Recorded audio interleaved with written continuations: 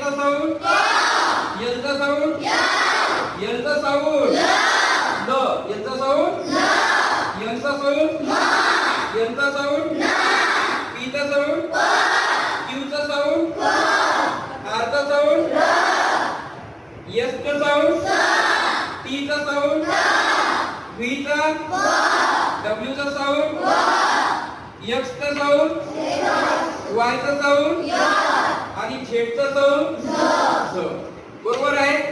आता ए चा साऊंड काय आहे या.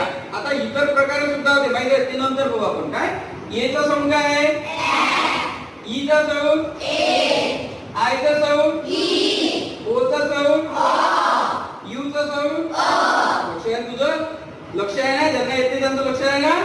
बघा आता तुम्हाला याच्या नंतर कसं वाचायला येते उद्याच तुम्ही इंग्लिश वाचाल.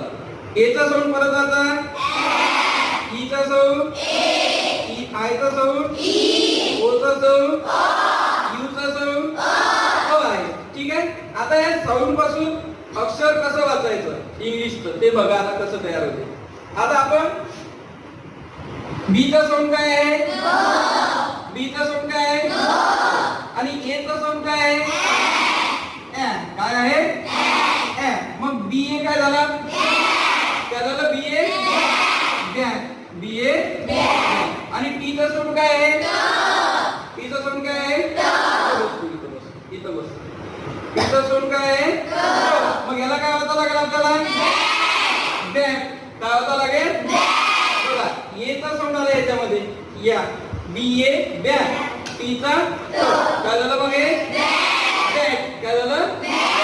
आता बघा इथं काय आहे स्पेलिंग हे बी चा साऊंड काय आहे हो ई चा साऊंड काय आहे ई चा साऊंड काय आहे काय आहे ए. मग बी काय होईल बी काय होईल ए आणि टी चा साऊंड काय आहे मग याला काय वाचावं लागेल आपल्याला बे काय वाचायला बे. आता इथं बी चा साऊंड काय आहे आणि आय चा साऊंड काय होतो मग बी आय काय झालं बी आय काय झालं बी काय झालं बी आणि एन चा साऊंड काय आहे काय एन चा साऊंड मग काय होईल बी काय होईल बी. आता तुम्ही इथं म्हणाल बी यू टी बुक काऊन नाही आहे ना.